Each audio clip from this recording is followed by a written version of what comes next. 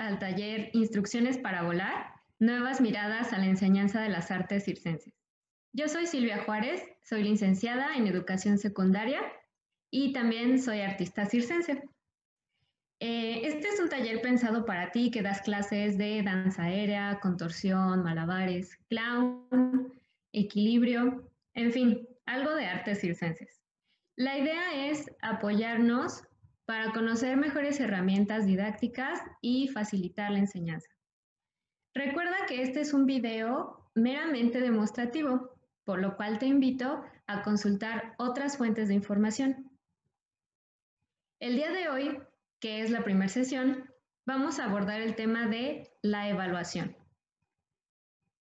Entonces te pregunto, ¿tú crees que es importante evaluar las artes circenses? Bueno, quizás si nos ponemos a pensar en la evaluación, nos remontemos a esa época en la secundaria horrible en la cual nos hacían muchos exámenes y solamente nos torturaban con las calificaciones. Bueno, los exámenes son parte de la evaluación, pero no son la única parte de la evaluación que existe. Hay diferentes tipos de evaluación y hay diferentes agentes y también criterios. Pero ¿para qué queremos evaluar las artes circenses? Bueno, la importancia radica en lo siguiente. Yo te preguntaría, si tú fueras alumno, ¿qué tipo de maestro te gustaría tener? ¿En qué tipo de condiciones te gustaría tener tu clase? ¿Qué tipo de contenidos o cuáles intereses tendrías como alumno? Quizás esas son preguntas que conforme pasa el tiempo nos vamos dejando de hacer porque nos acostumbramos a nuestro papel de maestros. Pero hay que tener en cuenta que la educación como tal está centrada en el alumno. Y poco a poco iremos viendo diferentes modelos del aprendizaje en el cual vamos a entender por qué la atención se centra en los intereses y objetivos del propio alumno y los maestros, al realizar evaluaciones constantes, tanto de nuestro trabajo como el de los alumnos o las condiciones en las que aprenden, podemos mejorar nuestras posibilidades de enseñanza. Bueno, ya que hicimos esta introducción, ahora te voy a hacer algunas preguntas que tienen que ver con algunos agentes evaluativos. Por ejemplo, ¿conoces a tus estudiantes? Es decir, todo el tiempo los vemos llegar a nuestras clases, pero ¿realmente los conoces? Aparte de su nombre, ¿sabes qué intereses tienen? ¿Por qué van a tu clase? Si les gusta hacer fit o si les gusta divertirse o si sus papás los mandan cuando son muy pequeñitos. ¿Realmente conoces a tus alumnos? La otra, ¿tienes claros tus objetivos de enseñanza? Es decir, ¿tienes alguna idea en el tiempo de qué es lo que quieres lograr en 6 meses? ¿Qué es lo que quieres lograr en un año? ¿Qué tipo de actividades les pones a tus alumnos para llegar a esos objetivos? Si no tienes en claro esto, en esta sesión vamos a ver precisamente cómo llegar a ciertos objetivos a través de la evaluación.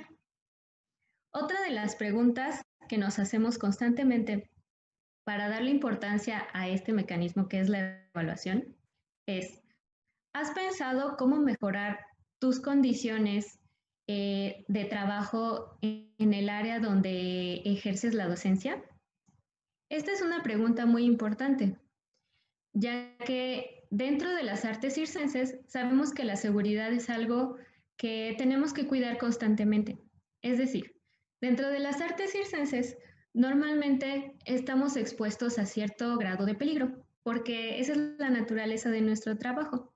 Sin embargo, llega a ser muy divertido precisamente por la adrenalina que pues es lo que a veces nos hace motivarnos y nos hace querer desempeñar estas actividades.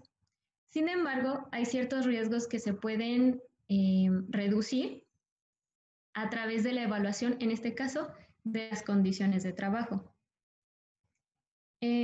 Otra pregunta que te haría es, ¿cuándo fue la última vez que actualizaste tus conocimientos? Es decir, la mayoría de nosotros hemos llegado a dar clases de danza aérea, por ejemplo, de equilibrio, malabares, la actividad que tú desempeñas en las artes circenses. Hemos llegado ahí porque desarrollamos cierto nivel técnico y en algún momento se nos dio la oportunidad de dar clases. Pero esto no significa que nos tengamos que conformar solamente con esos conocimientos. Constantemente llegamos a tomar talleres, sobre todo si te gusta presentarte, si te gusta ser artista, pues normalmente tomas talleres que de flexibilidad, que con este maestro, que con el otro. Eso es importante porque nos ayuda a desarrollar cierto nivel técnico. Pero ¿qué hay de la otra parte? ¿Te has actualizado en el sentido de la docencia? ¿Alguna vez te has preguntado cuáles son las mejores herramientas para darle clases a tus alumnos? Bueno, pues estas preguntas son una evaluación de por sí, una evaluación diagnóstica, que en este momento tú puedes ir reflexionando. Y si tienes lápiz y papel, sería muy importante que vayas escribiendo unas posibles respuestas a este cuestionamiento, ya que no solamente es importante evaluar al alumno o las condiciones de trabajo, sino evaluarnos constantemente como maestros. Ahora, ¿qué es en sí la evaluación educativa? Bueno, la evaluación educativa es en sí un mecanismo que nos ayuda a mejorar constantemente.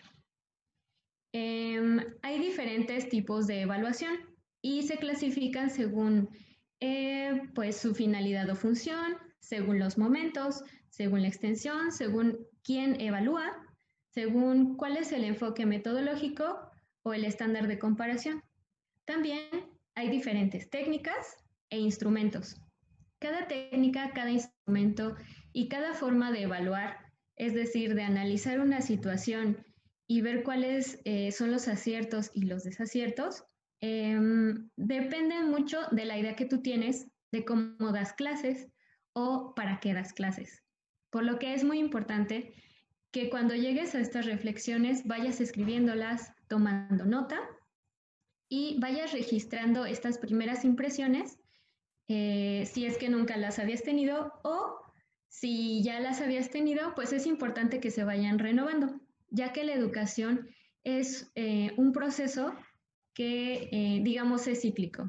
Primero, vas construyendo ciertos conceptos, ciertos conocimientos, ciertas habilidades, y con el paso del tiempo y la práctica, estos conocimientos, habilidades, destrezas, se van reacomodando, es decir, se van nutriendo. Y es en este proceso que la evaluación llega a ser un análisis de eso que está sucediendo y llega a ser también un referente para que podamos tomar acciones con base en ciertos puntos muy objetivos. Entonces, te sugiero que si tienes ahí tu lápiz y papel, vayas haciendo una especie de mapa mental en lo que yo te voy contando cuáles son los tipos, técnicas e instrumentos de evaluación. Cuando hablamos de los tipos de evaluación, tenemos por su finalidad o función. Tenemos la evaluación diagnóstica, la evaluación formativa y la evaluación sumativa. La evaluación diagnóstica seguramente la escuchaste muchas veces cuando ibas a la escuela, que es la evaluación que te hacen o es un examen que te hacen cuando llegas como un alumno nuevo y se trata de ver cuáles son las habilidades o los conocimientos previos antes de empezar un curso o antes de comenzar a trabajar sobre un objetivo. Pero, ¿qué hay de la evaluación formativa y sumativa? Bueno, estos tipos de evaluación se desarrollan a lo largo del proceso y tienen la finalidad de ir recabando o juntando evidencias de cuáles son los aciertos y desaciertos que vas llevando en el proceso. Ahora, es muy importante que aprendamos a ver la evaluación no como un instrumento de tortura, como seguramente lo aprendimos cuando estábamos en la escuela. Entonces, creo que es importante también como maestros no utilizar la evaluación o los exámenes como una forma de presionar a nuestros alumnos, sino pensar cómo nos hubiera gustado a nosotros que nos evaluaran. La evaluación tiene un fin muy importante, que es el mejoramiento y la retroalimentación. Es decir, que a nuestro alumno le va a generar una especie de imagen externa, en el caso de la evaluación que le hacemos a nuestros alumnos. Pero cuando nosotros también nos hacemos una evaluación como maestros, pues de igual forma nos vamos formando una imagen que no es únicamente, que no depende únicamente de lo que nosotros pensamos, sino de elementos formales y objetivos que nos pueden ayudar a mejorar. El siguiente tipo de evaluación es por momentos.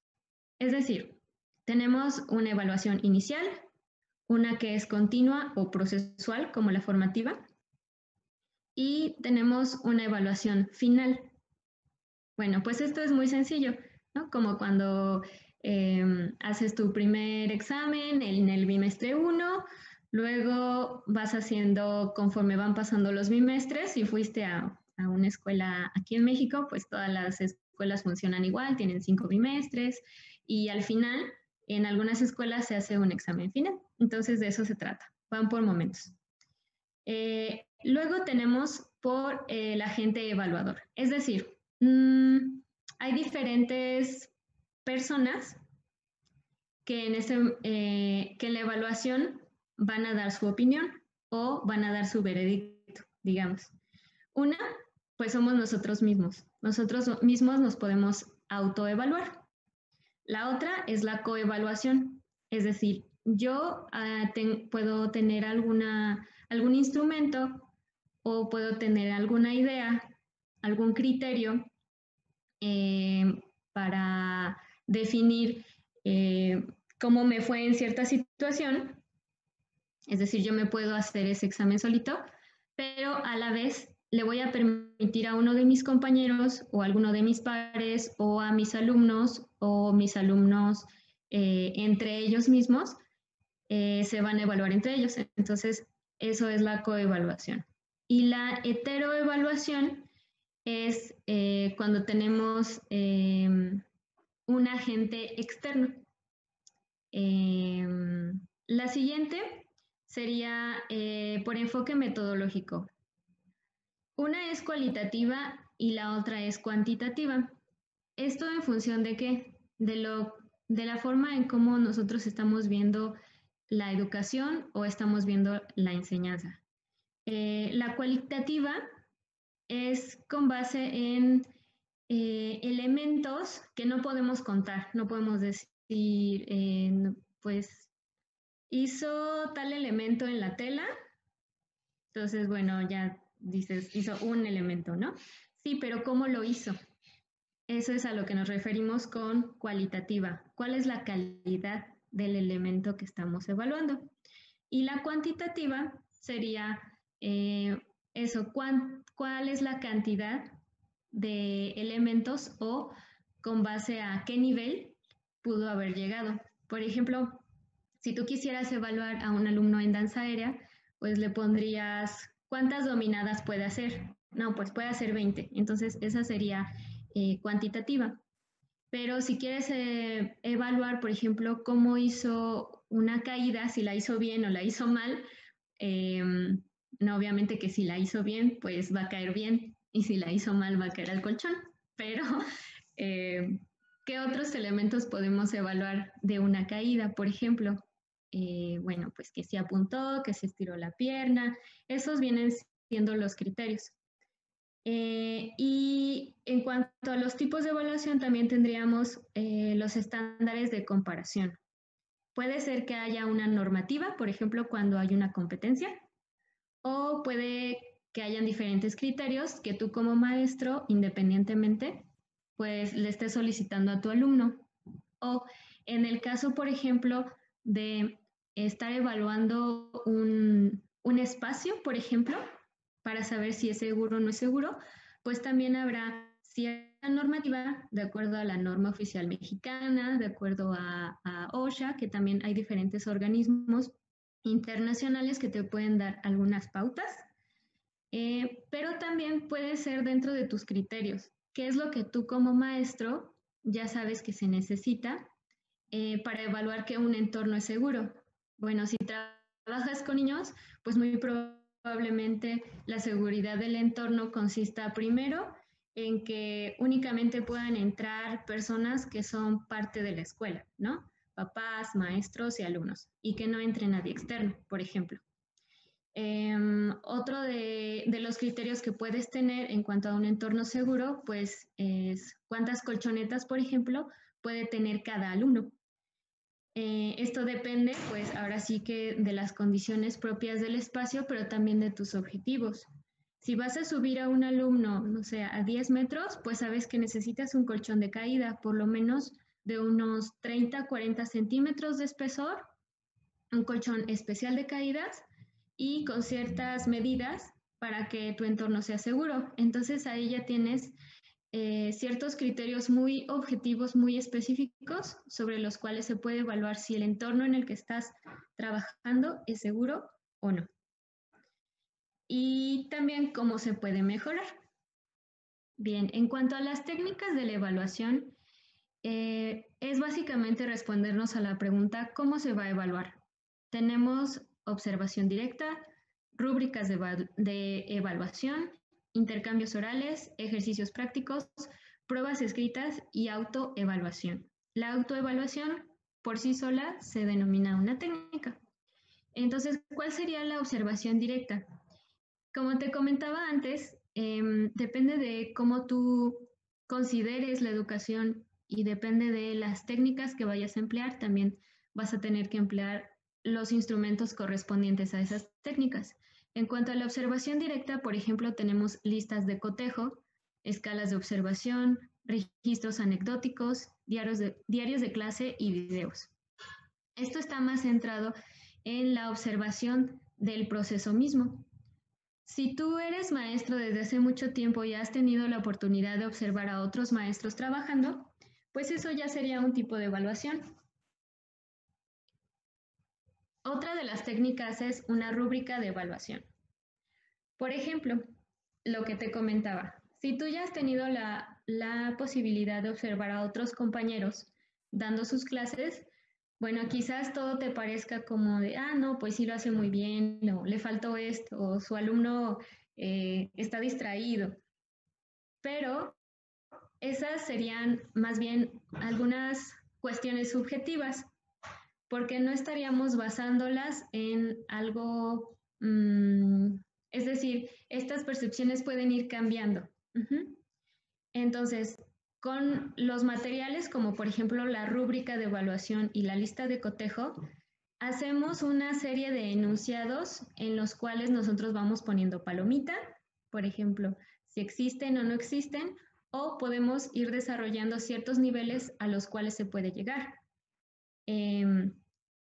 Con estas rúbricas de evaluación, tú puedes observar a alguno de tus compañeros o puedes observar a alguno de tus alumnos o puedes observar el mismo espacio en el que estás trabajando e ir palomeando los elementos que ya existen. En el caso del entorno que te ponía antes, puedes ir palomeando si ya tiene las colchonetas, si ya revisaron la estructura de carga, si los accesos están de cierta manera limitados, por ejemplo, ¿no? O sea, son ejemplos muy, muy sencillos, pero cada uno de nosotros sabe, porque conoce los espacios, los centros de trabajo, y cada uno de nosotros podemos ir enumerando esta serie de criterios y pueden haber varias opciones. Por ejemplo, puedes poner si existe o no existe, o sea, sí o no.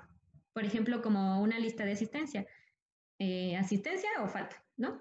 Pero también puedes definir hasta qué nivel se está cumpliendo con ese requisito. Puede ser frecuentemente, rara vez, todo el tiempo, nunca, por ejemplo. O también puede ser un nivel básico, intermedio, excelente, avanzado. Entonces, las rúbricas se pueden adaptar a cualquier cosa que nosotros necesitemos, siempre y cuando sean los mismos criterios sobre los cuales se va a evaluar.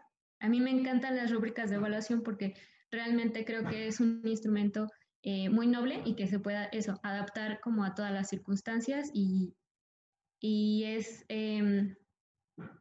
como es un poco como una receta, entonces tú puedes hacer esa evaluación, pero se le puedes dar a tu compañero y va a poder hacer exactamente la misma evaluación, ¿no? O sea, sobre los mismos criterios, pero de acuerdo a la percepción que él o ella misma tiene sobre esa circunstancia.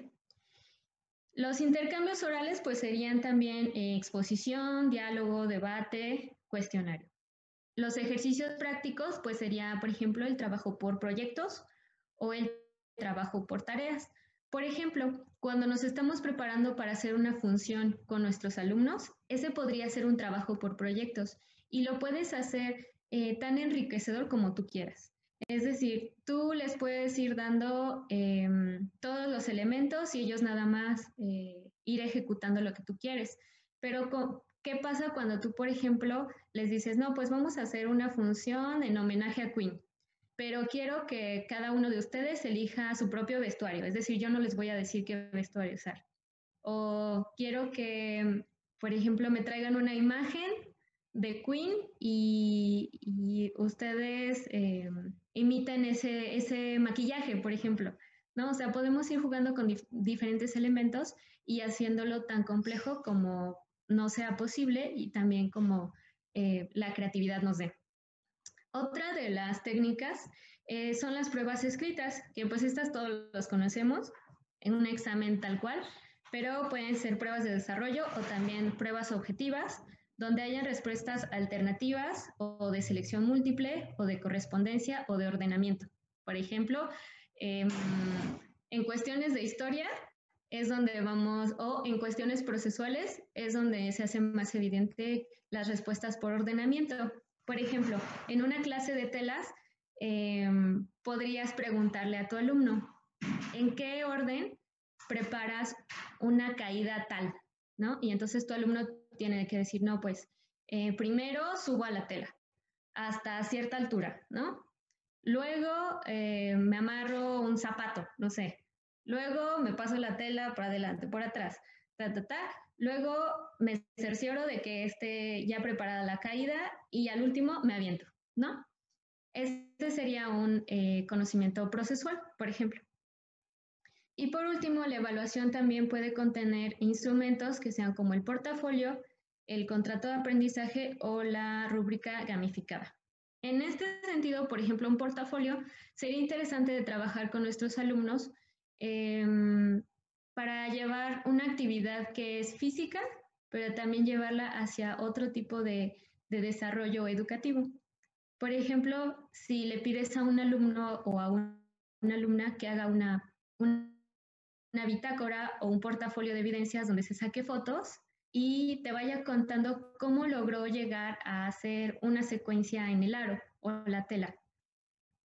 Bueno, pongo ejemplos de danza aérea porque es el ámbito en el que estoy más cercana, pero lo mismo puede ser para equilibrio, para desarrollar una secuencia de equilibrio, lo mismo puede ser para desarrollar una secuencia de malabares o de contorsión o del arte del payaso o el clown, que pues ahí todavía hay muchas otras herramientas creativas que se pueden explotar.